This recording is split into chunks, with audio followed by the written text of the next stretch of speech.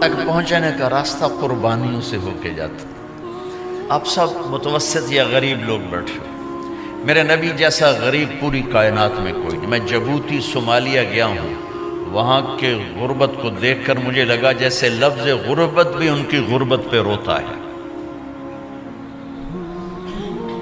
ایسی غربت میں نے پورے پاکستان میں کہیں نہیں دیکھی جو میں نے جبوتی میں دیکھی، صومالیہ میں دیکھی، کیمرون میں دیکھی، چاڈ میں دیکھی، سوڈان میں دیکھی.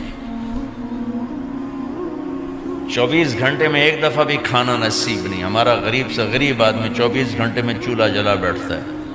لیکن میرے نبی پر جو غربت آئی، کوئی ہے پوری دنیا میں تو اللہ نے مجھے پھرائی ہے جس کے گھر میں 2 مہینے چولہا نہ جلتا ہو. میرے نبی وہ فقیر تھے جن کے گھر میں 2 مہینے چولہا نہیں جلتا تھا. ایک رات آپ سوئے ہوئے، کبھی یوں کروڑ بدلے اور کبھی یوں کروڑ بدلے، بار بار حضرت عائشہ کے ساتھ. تو تھوڑی دیر کے بعد آپ تھوڑا سا آگے ہوئے اور چارپائی کی جو لکڑی ہوتی جس پر باندھ بنا ہوتا ہے اس پہ پیٹ کو یوں فکس کر کے اور نیچے لٹک گئے، دھڑ آدھا نیچے لٹک. فَكَانَ قَابَ قَوْسَيْنِ أَوْ أَدْنَىٰ. واہ واہ واہ، کیا مقام ہے قاب قوسین، اور کیا حالات سے گزر رہے ہیں کہ یوں آدھا دھڑ نیچے لٹک گیا. ام عائشہ اٹھ کے بیٹھ گئیں، یا رسول اللہ خیریت کیوں؟ آپ اٹھ کے بیٹھے کہ عائشہ بھوک بہت لگی، بھوک بہت لگی. اس لیے پریشر دیا تاکہ وہ جو بھوک کی طلب ہے نا میدے میں اس کو پریس کیا. اس لیے پتھر باندھتے تھے کہ وہ پیچھے چلا جائے. اب مسجد میں تشریف فرما تھے، ایک صحابی نے کر یا رسول یہ دیکھیں، کپڑا ہٹایا، یہ دیکھیں میں نے پیٹ پہ پتھر باندھا. جن کے لیے کائنات بنائی، جنہیں اپنا حبیب کہا، جن کے چہرے کی قسمیں اٹھائیں، والضحیٰ، جن کی زلفوں کی قسمیں اٹھائیں، واللیل اذا سجا، جن کے منہ سے نکلے بول کی قسم اٹھائی، وقیلہ، جن کے کتاب کی قسم اٹھائی، والقرآن المجید، جن کے شہر کی قسم اٹھائی، وہذا البلد الامین. اتنی بڑی ہستی. آپ نے کہا ذرا ادھر دیکھو. آپ نے پیٹ سے کپڑا ہٹایا تو آپ نے 2 پتھر باندھے. دیکھو میں نے 2 باندھے. کوئی ایسا فقیر ہے دنیا میں؟ دکھاؤ.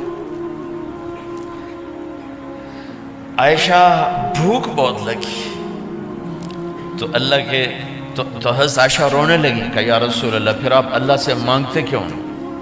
عائشہ نہیں مانگوں گا، اسی بھوک میں اللہ سے ملاقات نہیں مانگوں. مجھ سے پہلے میرے جو بھائی آئے انبیاء وہ اسی فقر میں گئے، میں بھی اس فقر میں جاؤں گا. اپنے گھر میں یہ دکھ رکھا،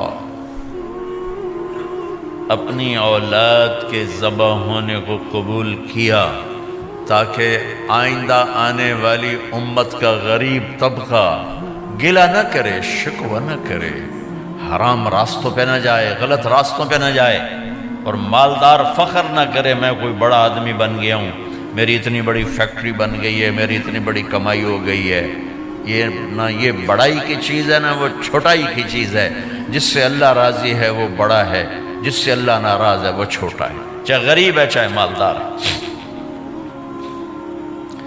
حضرت عائشہ فرماتی ہیں بیٹا 2 مہینے گزر جاتے تھے ہمارے گھر میں چولہا نہیں جلتا تھا، چولہا نہیں جلتا تھا، 2 ماہ گزر جاتے تھے.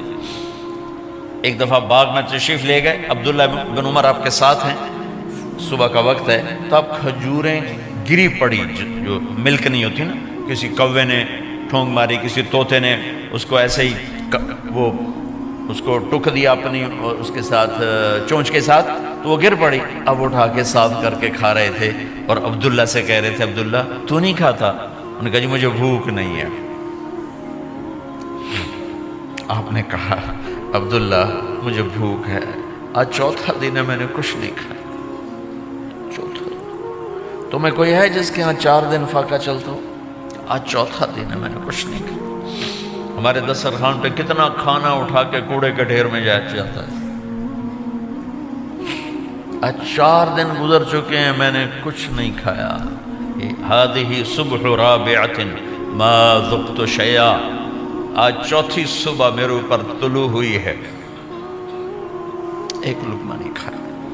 آپ مسجد میں بیٹھے تھے، کعب بن عجرہ آئے تو آپ کو دیکھ کر ایسے کہنے لگے، یا رسول اللہ مالی اراک متغیر اللون، یا رسول اللہ آپ کا چاند سا چہرہ چمکتا آج مرجھایا ہوا کیوں نظر آ رہا ہے؟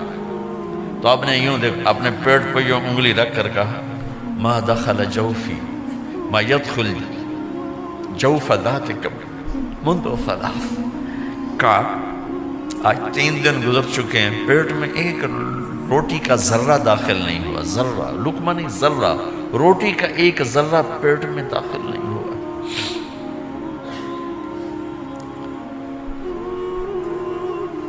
اور اتنی بڑی رسالت، اتنی بڑی نبوت،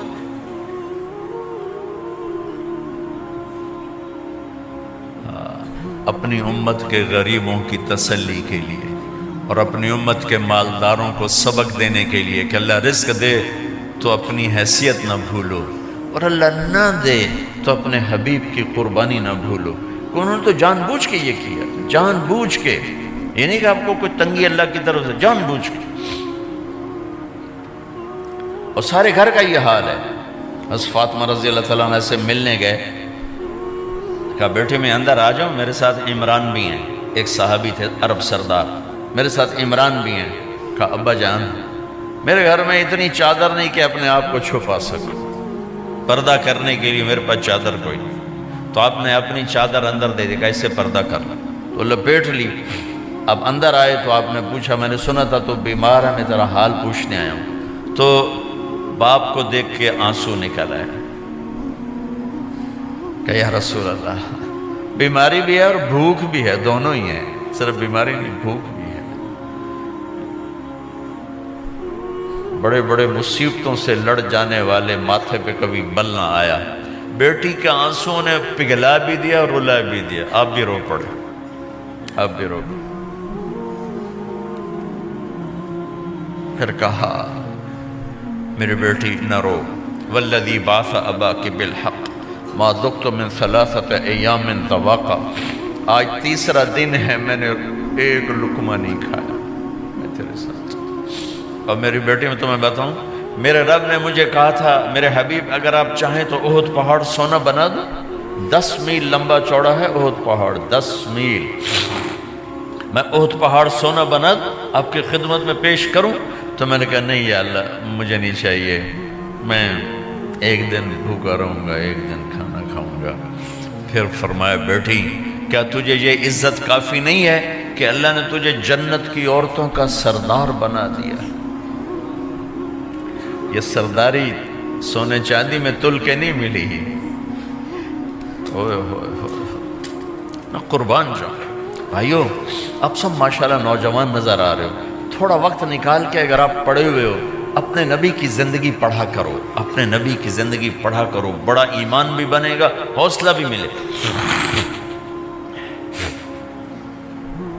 آپ حسن حسین کو کہتے تھے میری آنکھوں کی ٹھنڈک، میرے جگر کے ٹکڑے، میرے سینے کی ٹھنڈک، میرے لاڈلے، جنت کے چاند، جنت کے سردار، میرے 2 پھول، یہ سارے الفاظ حسن حسین کے لیے ہیں۔ اور ان کے بھوک کی وجہ سے رونے کی آواز سنتے تھے اور تڑپتے تھے، لیکن روٹی نہیں مانگی ان کے لیے، روٹی نہیں مانگی،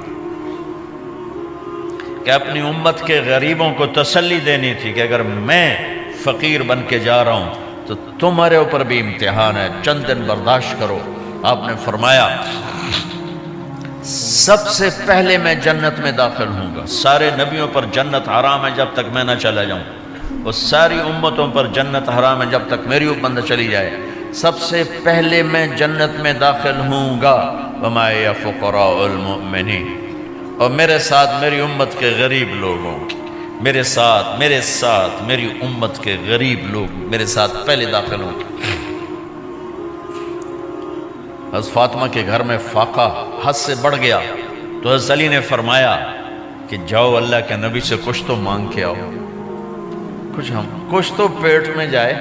زندگی میں کبھی ایسا موقع نہیں آیا یہ ایک دفعہ اتنا فاقہ آیا کہ حضرت علی جیسی ہستی نے بھی کہا جاؤ، تو آپ تشریف لائیں اور دروازے پہ دستک دی تو اتنا پیار تھا۔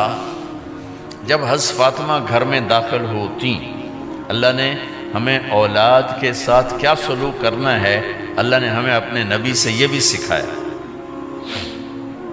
حضرت فاطمہ جب بھی گھر میں آتی، اور ساتھ ہی تو گھر تھا، دیوار سے دیوار ملی تھی، روز کا آنا جانا تھا، تو میرے نبی بیٹھے نہیں رہتے تھے، آؤ فاطمہ کیا حال ہے، کھڑے ہو جاتے اور تیزی سے آگے بڑھتے، دروازے پر ہی حضرت فاطمہ کا ہاتھ پکڑ لیتے، ہاتھ کا بوسہ لیتے، بوسہ لے کر ہاتھ پکڑے پکڑے بیٹی کو چارپائی پہ پہلے بٹھاتے، اس کے بعد خود بیٹھتے تھے۔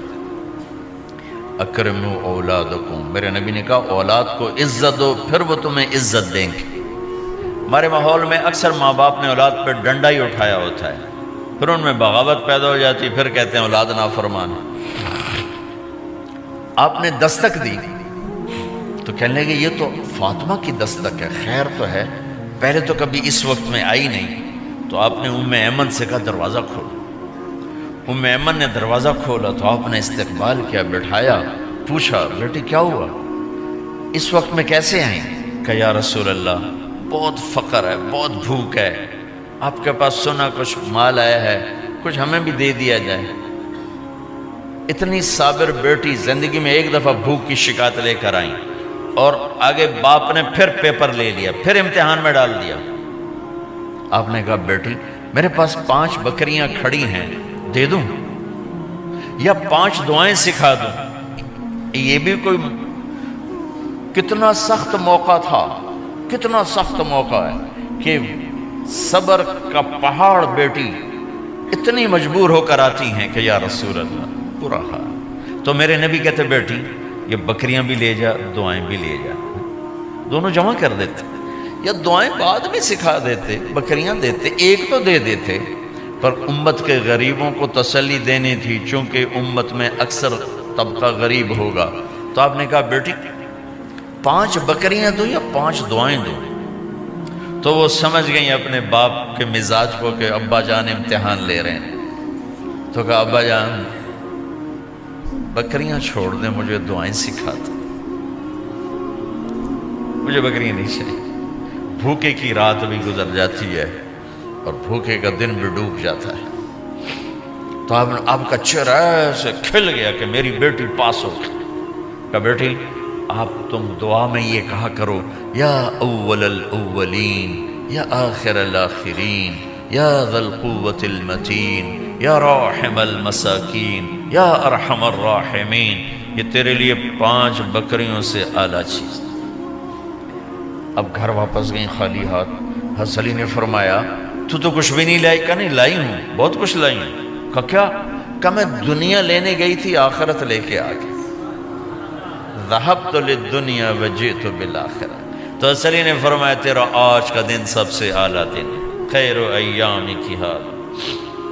داماد کا امتحان لے لیا، حضرت علی کو بلا لیا، علی 5000 بکریاں دوں کہ 5 دعائیں دوں؟ اس وہاں تو 5 بکریاں، اب 5000 کر دیں۔ علی 5000 بکریاں لیتے ہو یا 5 دعائیں لیتے؟ تو بھی سمجھ گئے کہ آج میرا محبوب مجھ سے امتحان لے رہا ہے کہ علی کتنا کو مضبوط ہے اپنے ایمان میں۔ اور فاقے میں نے بتا دی کیا گزر رہے ہیں۔ آدمی اپنی بھوک سہ لیتا ہے، اولاد کا رونا برداشت نہیں ہوتا ہے۔